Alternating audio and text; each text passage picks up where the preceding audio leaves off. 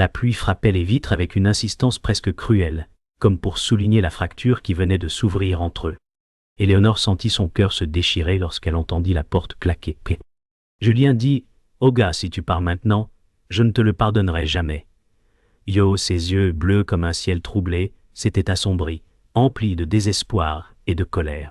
Elle voulut répondre, mais les mots restaient coincés dans sa gorge. Le silence se fit plus lourd que les éclats de tonnerre au dehors. Elle pensa, dans un vertige, que c'était la fin d'un monde qu'ils avaient construit à deux. Chaque respiration devenait douloureuse, chaque battement de cœur, une fracture pointée.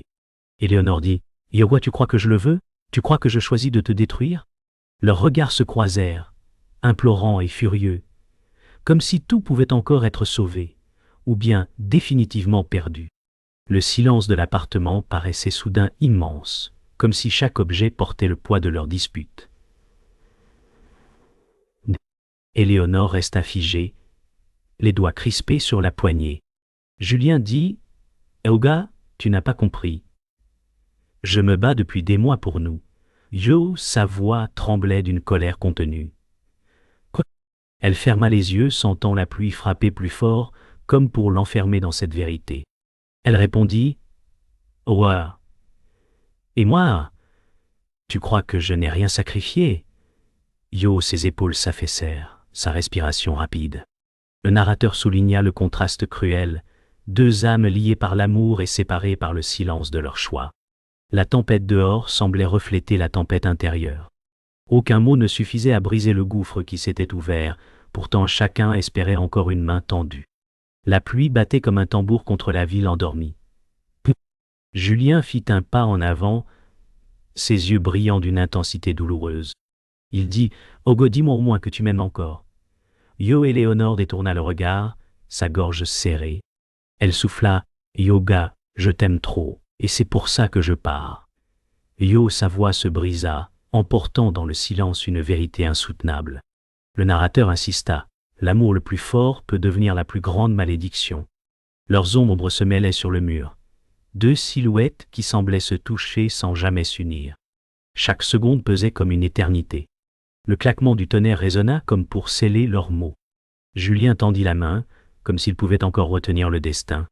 Ses doigts tremblaient d'une peur qu'il n'avouait pas. Il dit « Olga, reste, même si tout est contre nous. » Yo, Éléonore recula d'un pas, ses yeux brillants d'un mélange de désir et de terreur.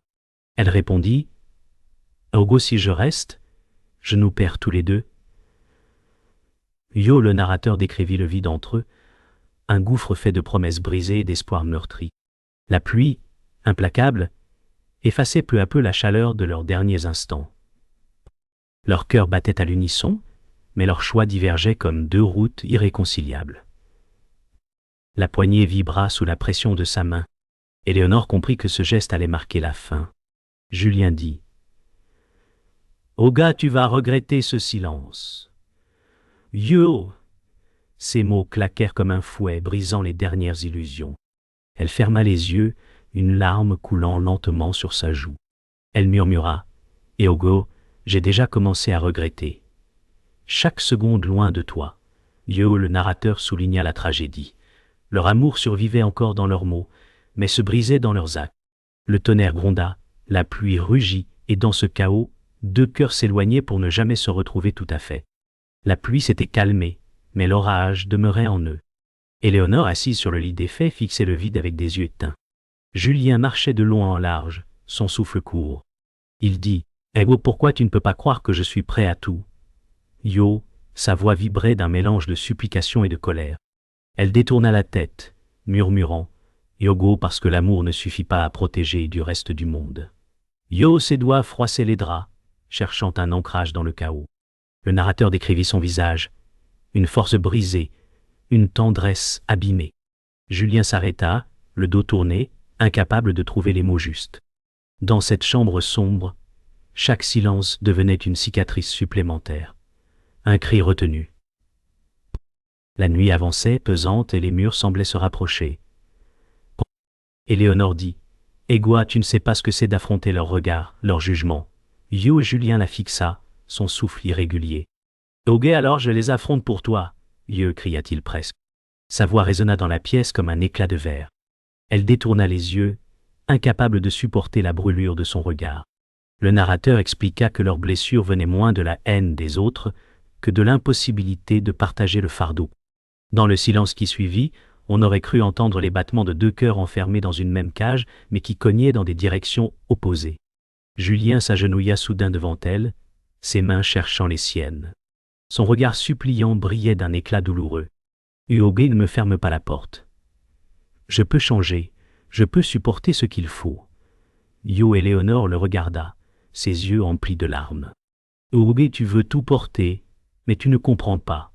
Ton amour devient une chaîne qui m'étrangle. » Yo, le narrateur souligna l'intensité de cette scène, la tendresse et la douleur mêlées dans un même souffle, l'amour transformé en prison.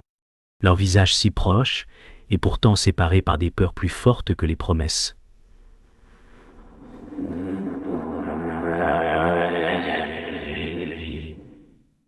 Elle dit promet, se promet. Éléonore retira doucement ses mains, comme si ce geste lui arrachait une part d'elle-même. Elle dit « Ago, ton amour me brûle, Julien, et je n'ai plus de peau pour supporter cette flamme. » Yo, ces mots tombèrent avec la gravité d'une confession impossible à reprendre.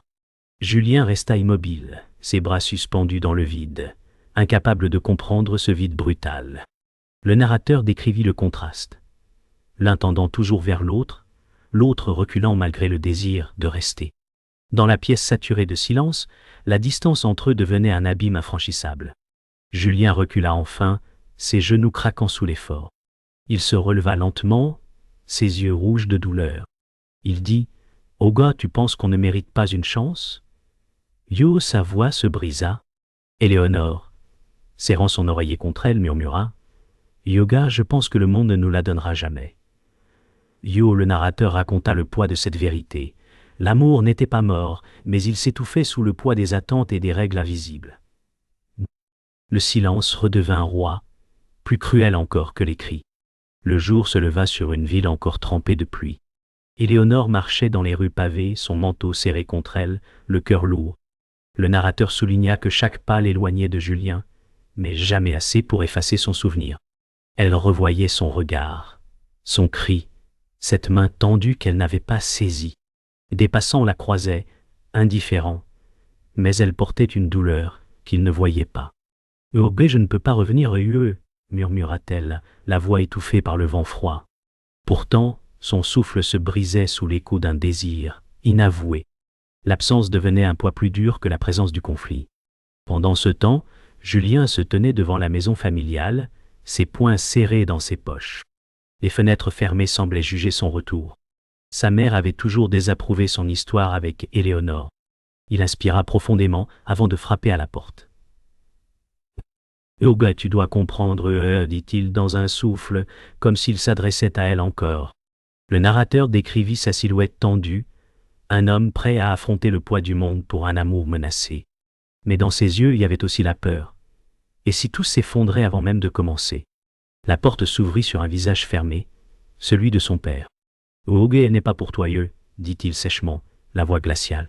Julien sentit une colère sourde monter, mais il resta droit. « Huogé, ce n'est pas toi qui choisis, répliqua-t-il d'une voix basse mais ferme. Le narrateur nota que l'air vibrait d'un conflit ancien, plus vaste que leur amour, l'orgueil d'une famille contre la vérité d'un cœur. Derrière les murs, des ombres s'agitaient, des murmures condamnaient déjà. Julien sentit ses certitudes vaciller, mais son amour le tenait encore debout. Éléonore, de son côté, retrouvait Claire, son amie d'enfance et confidente. Assise dans un café discret, l'odeur du café chaud les enveloppait. « Ouais, tu crois vraiment que tu peux vivre sans lui ?» Dieu, demanda Claire, son regard perçant. Éléonore baissa la tête. « Oui, j'essaie. » Mais chaque silence crie son nom. Oh, le narrateur insista sur la vérité nue. Éléonore n'était pas partie par manque d'amour, mais parce qu'aimer signifiait perdre autre chose d'essentiel. Claire posa sa main sur la sienne, une chaleur fragile contre l'océan de son absence. Julien erra dans les rues le soir venu, son manteau trempé par une pluie nouvelle. Ses pas le menèrent sans qu'il le veuille vers l'appartement d'Éléonore. La lumière était éteinte, mais il resta immobile devant la porte, Auguste, donne-moi une raison de continuer, murmura-t-il, la voix tremblante. Le narrateur décrivit son visage défait, un homme en guerre contre son propre espoir. Chaque seconde passée devant cette porte close était une bataille silencieuse, un cri que personne n'entendait. Le monde autour poursuivait sa course, indifférent à la tempête qui brûlait en lui. Un soir étouffant, Éléonore ouvrit une vieille boîte oubliée sous son lit. Ses doigts tremblaient en découvrant une lettre jaunie, scellée d'une écriture qu'elle reconnaissait aussitôt. C'était celle de Julien, écrite des mois plus tôt, mais jamais reçue. Elle lut les mots qui saignaient encore. « Auguste, je t'ai caché la vérité parce que je voulais te protéger. » Son souffle se coupa. Le narrateur décrivit son visage bouleversé. Chaque ligne trahissait un secret enterré. Ses larmes tombaient sur le papier, brouillant l'encre d'aveu trop longtemps gardée. Dans ce silence, l'amour se confondait avec la trahison. Julien arriva plus tard ce soir-là, le regard inquiet. Il trouva Éléonore assise, la lettre serrée contre sa poitrine. « Oh oui, pourquoi tu ne me l'as jamais dit ?» Yo, demanda-t-elle à voix brisée. Il se figea, comprenant ce qu'elle tenait. « Auguste, je voulais t'épargner. Je ne voulais pas que tu saches, répondit-il. Le narrateur rappela que les secrets sont comme des éclats de verre. Ils blessent toujours quand on les garde trop longtemps. Elle recula, incapable de toucher cet homme qu'elle aimait encore, mais qui venait de fissurer leur monde. « Auguste, tu m'as trahi, dit Éléonore d'une voix basse, mais chaque mot claquait comme un coup de tonnerre. Julien avança d'un pas, suppliant. « Auguste, non, j'ai voulu te protéger de ce que ma famille exigeait. » Le narrateur décrivit son désarroi. L'amour se transformait en barrière, l'absence en mensonge.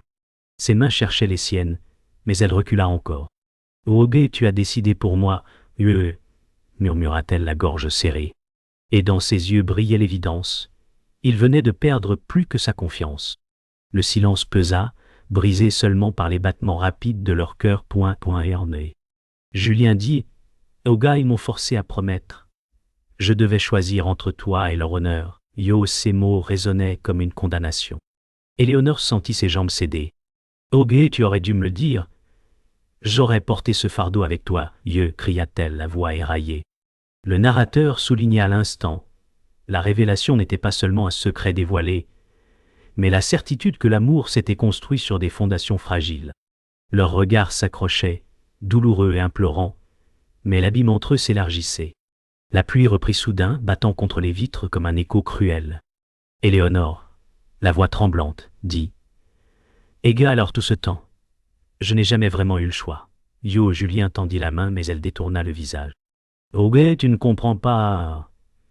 Je t'ai menti pour te sauver, implora-t-il. Le narrateur expliqua que ces mots étaient une lame à double tranchant, amour ou trahison, protection ou abandon. Dans cette chambre étouffée, deux cœurs saignaient de la même plaie, mais aucun ne trouvait le courage de la penser. La tension explosa dans un cri. Julien se jeta presque à genoux, ses poings serrés sur le sol. « Auguste, dis-moi que tu ne m'aimes plus et je pars, hurla-t-il, la voix brisée. Éléonore recula, les mains tremblantes. Elle voulait parler, mais chaque mot mourait sur ses lèvres. Le narrateur insista sur la brutalité de l'instant. L'amour, mis à nu, exigeait une vérité insoutenable. Les murs semblaient résonner de ce désespoir. Ses larmes brûlaient, mais son silence criait plus fort encore. Elle finit par souffler. « Agua, ce n'est pas toi que je fuis, c'est ce monde qui nous détruit. » Julien bondit sur ses pieds, ses yeux rouges de rage et de douleur. « Auguste, alors c'est fini. Tu abandonnes ?» cria-t-il, chaque mot résonnant comme un coup de couteau. Éléonore secoua la tête, ses larmes brouillant sa vue. « Auguste, non, je me sauve avant que nous soyons détruits. » Le narrateur montra la fêlure de ce moment. Deux amants qui s'aimaient trop fort, incapables de supporter le poids du monde qui les écrasait.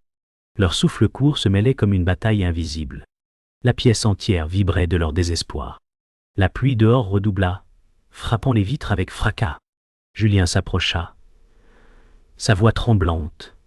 « Auguste, je t'ai toujours choisi. Éléonore, toujours toi. » Elle le fixa, ses lèvres tremblantes. Oge, et ton choix m'a caché la vérité. Je ne peux plus croire en nous. Yeux, le narrateur décrivit leur visage à quelques centimètres seulement. Un mélange d'amour et de haine, de désir et de peur. La tempête qui grondait au dehors se reflétait dans leur cœur, prêt à éclater. Leurs voix se brisèrent presque en même temps. Julien dit « Oga, je t'aime plus que ma propre vie et son souffle rauque. » Éléonore répondit dans un cri étouffé « Et quoi? Et moi, je t'aime trop pour continuer ainsi. » Et où le narrateur insista, l'amour, poussé à son paroxysme, devient une douleur insoutenable. Leurs mains se frôlèrent sans se saisir, gestes hésitants. Chacun sentait qu'il s'agissait peut-être de leur dernier instant partagé. La pièce résonnait comme une cathédrale de désespoir. Puis le silence tomba, plus lourd que leurs cris. Julien se recula, le visage défait, comme un homme brisé. Éléonore ferma les yeux, une larme solitaire traçant un sillon sur sa joue. « Ô Oge, nous avons trop aimé pour survivre, murmura-t-elle, sa voix se perdant dans le fracas de la pluie. Le narrateur conclut l'acte en décrivant la scène comme une plaie ouverte, l'instant où les mots deviennent des lames, où l'amour devient cendre, avant même de mourir. Deux cœurs, consumés, se séparaient dans le bruit de l'orage. Le matin se leva, gris et silencieux. Éléonore resta immobile près de la fenêtre, observant les gouttes qui glissaient encore sur la vitre. Julien se tenait derrière elle, son visage fatigué marqué par la nuit. « Oge, on ne peut pas revenir en arrière, dit-elle doucement. Sa voix tremblait, mais elle ne pleurait plus. Julien ferma les yeux, ses poings serrés. « Oge, alors que reste-t-il de nous ?» demanda-t-il, un souffle amer. Le narrateur décrivit l'espace fragile entre eux, une paix forcée, une accalmie après la tempête, mais où chaque mot restait une plaie. Éléonore tourna lentement la tête, ses yeux rouges mais secs. « Oge, j'ai aimé chaque seconde avec toi, mais l'amour ne suffit pas à bâtir une vie. » Julien serra les dents, son souffle court. « Oge, alors qu'avons-nous fait de tout ça ?» demanda-t-il, la voix rauque. Le narrateur décrivit l'instant. Les souvenirs palpitaient dans la pièce. Chaque éclat de rire, passé, résonnait comme une ironie cruelle. Elle posa une main sur la vitre froide, comme pour retenir le temps. Julien fit un pas en avant et saisit la main d'Éléonore. « Oge, laisse-moi au moins me battre encore. Je ne peux pas t'abandonner ainsi. » Elle le regarda, son visage marqué par la douleur. « Oge, se battre contre le monde, c'est se perdre nous-mêmes. » Le narrateur souligna la gravité. Leurs mains jointes n'étaient plus une promesse, mais un adieu déguisé. Leur respiration se mêlait, lourde, comme si chaque souffle était une lutte entre l'amour et la résignation. Elle retira lentement sa main, son souffle court. « Oge, si je reste, nous serons prisonniers de cette douleur. » Julien secoua la tête, refusant d'accepter. « Oge, non, je peux changer, je peux encore trouver une issue. » Le narrateur décrivit la scène comme un écho d'espoir brisé. Un homme qui refuse la faim, une femme qui choisit de survivre malgré l'amour. Le silence reprit le dessus, pesant comme une sentence. Enfin, Éléonore recula vers la porte, c'est pas hésitant mais déterminé. Julien resta figé, les yeux fixés sur elle comme s'il voyait sa vie s'éloigner. Elle dit « Ego, je t'aimerai toujours, mais pas au prix de nous perdre. » Le narrateur conclut l'acte par cette vérité.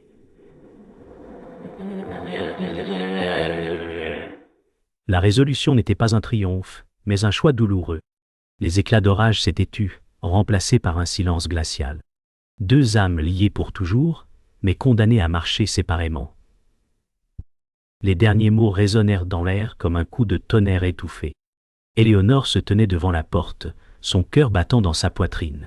Julien se tenait dans l'ombre, silencieux. « Oge, je t'aimerai en silence, si ce n'est ailleurs. » murmura-t-il, les yeux pleins de larmes non versées. Ces mots étaient comme un dernier souffle avant la tempête finale. Éléonore se tourna lentement, incapable de le regarder une dernière fois. « Oge, peut-être que c'est mieux ainsi, répondit-elle d'une voix tremblante. Le narrateur insista. La fin n'était pas douce, elle était simplement inoubliable, une douleur vivante qui resterait gravée en eux pour toujours. Elle ouvrit la porte, prête à partir, mais son esprit restait pris dans les souvenirs. La porte se ferma lentement, et le silence envahit la pièce. Julien se laissa tomber contre le mur, les yeux fermés. Il n'avait pas bougé. Ses doigts serrèrent un morceau de papier dans sa main, la lettre qu'il n'avait jamais envoyée. « Ogé, pourquoi ça doit finir ainsi ?» se demanda-t-il à voix basse. Le narrateur décrivit l'intensité de cette douleur cachée. Un homme qui pleure en silence, un amour inavoué, qui hante les murs. Pourtant, dans ce silence, un espoir fragile persistait, celui d'un amour qui n'avait jamais été tout à fait perdu.